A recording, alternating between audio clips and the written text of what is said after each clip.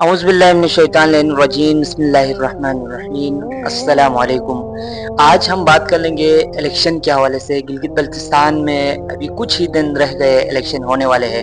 اس کے حوالے سے بات کرنے کے لیے آج ہمارے درمیان موجود ہے جناب مولانا بشارت حسین کربلائی۔ آج ہم ان سے جانیں گے الیکشن کے حوالے سے۔ السلام علیکم۔ سب سے پہلا میرا آپ سے سوال یہ ہے کہ اسلام میں الیکشن کی کیا اہمیت ہے؟ اعوذ باللہ من الشیطان الرجیم، بسم اللہ الرحمن الرحیم۔ سب سے پہلے آپ کا شکریہ ساجد بھائی کہ آپ نے اپنے اس مختصر سے پروگرام میں مجھے مدعو کیا۔ الیکشن کے حوالے سے میں تو ایک غیر سیاسی اور طالب علم ہوں، تو اس حوالے سے گفتگو کرنا میری بس کی بات نہیں ہے۔ الیکشن کیا ہے، الیکشن کی اہمیت کیا ہے، یہ تو سیاستدان اور سیاست سے وابستہ افراد ہے، وہ بہترین بتا سکتے ہیں۔ آپ کا سوال یہ ہے کہ آپ نے سوال کیا کہ اسلام میں کوئی اہمیت ہے کہ نہیں ہے۔ تو اسلام میں ہم جب ہمارے خصوصاً ہمارے مکتب میں، ہمارے نظریے میں، ہم مکتب اہل تشیع سے تعلق رکھتے ہیں، تو ہمارا نظریہ اور ہمارا مکتب یہ ہے کہ اسلام میں الیکشن کا کوئی آپشن نہیں ہے، اور جو مثلاً حکمرانی اگر کسی کو دینا ہے یا کسی کو اپنا سرپرست اور حاکم بنانا ہے، اس کا اختیار جو ہے اللہ کے پاس۔ اس لحاظ سے حق ہے کہ وہ جو ہے کسی معصوم کی، یعنی جو اللہ نے منتخب کیا ہے جس نمائندے کو، اس نمائندے کا جانشین ہو یا اس کے تعلیمات کے مطابق وہ نمائندہ ہے، تو وہ اس کو ہم مثلا حاکم ماننے۔ بہترین انداز سے ہمیں سمجھا رہے تھے مولانا اسلام میں الیکشن کی اہمیت کے حوالے سے۔ دوسرا کوشچن میں علامہ سے یہ کرنا چاہوں گا، وہ یہ ہے کہ آج کل گلگت بلتستان میں جو الیکشن ہو رہے ہیں، وہ کیا اسلام اس بات کی اجازت دیتے ہیں کہ آج جو الیکشن ہو رہا ہے، اس الیکشن میں ہر کوئی اپنے بھائی کو بول رہا ہے، کوئی اپنے چھوٹے بھائی کو، مطلب تفریح تصادم پیدا ہو چکا ہے۔ الیکشن کے دن ہمیں یاد رکھنے کی ضرورت ہے کہ ہم کس کے پیروکار ہیں، ہم کس کے چاہنے والے ہیں، کون ہمارا یاور ہے، کون ہمارا ناصر، کون اسلام کا ماننے والا ہے، کون اسلام کی حق کی رہنمائی کرنے والا ہے۔ یہ تو صرف معاشرے کی حد تک کام کرنے والے لوگ، یہ تو صرف اپنے کچھ حد و حدود کے تحت، ایک ملک کی حد تک، ایک علاقے کی حد تک کام کرنے والے، محلے کی حد تک۔ ہمیں آج معاشرے کا المیہ یہ ہے، آپ کی خدمت میں اگر بیان کروں،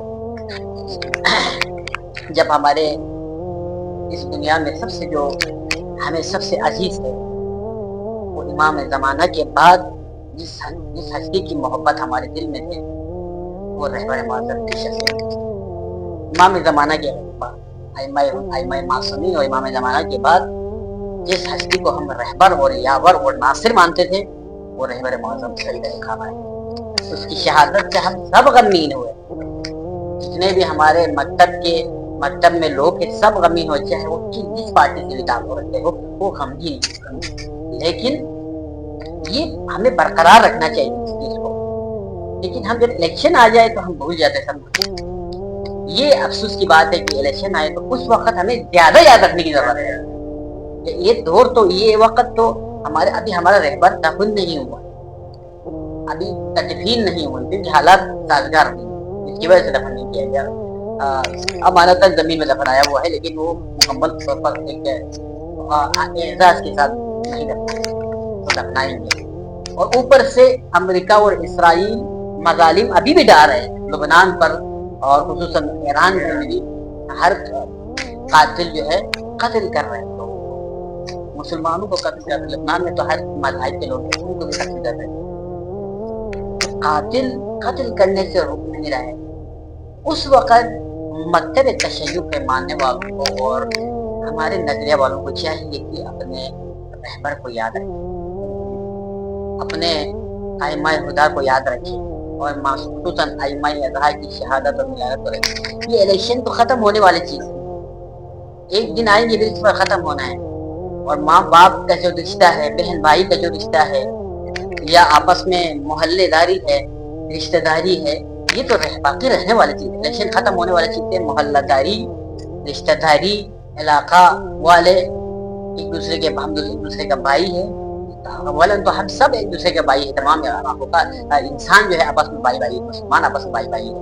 لیکن اپنے محلے والے ایک ہی گھر کے مانی تھے، اپنے علاقے والے ایک ہی گھر کے مانی تھے، تو اتفاق اور اتحاد کرنے کی ضرورت ہے۔ بس آخری پیغام میرا یہی ہے کہ اسی لیے قرآن میں کہا گیا نا شدت کفار کے سامنے شدت اختیار کرنا۔ مومن اور مسلمان اور شیعہ کی علامت یہ ہے، قرآن میں کہا ہے نا کہ مومن اور شیعہ اور مسلمان کی علامت یہ ہے کہ وہ کفار کے مقابلے میں شدت اختیار کریں گے، ان میں اپنا روب ڈالیں گے، ان سے لڑیں گے، کافر سے لڑیں گے، مشرک سے لڑیں گے، لیکن آپس میں ماہم بینہم، آپس میں رحم دلی، نرم دلی اور بھائی چارے کی اتحاد اور اتفاق، یہ مومن کی علامت ہے۔ قرآن نے جو اصول بتایا نا یہی مومن ہے۔ تو ہمیں بھی الیکشن کے ایام میں کفار کے سامنے اور اہل باطل کے سامنے سیسا پلائی ہوئی دیوار بند کر ان کے خلاف آواز بلند چل، خصوصاً اس وقت کے مستقبرین جہاں امریکہ و اسرائیل کے خلاف،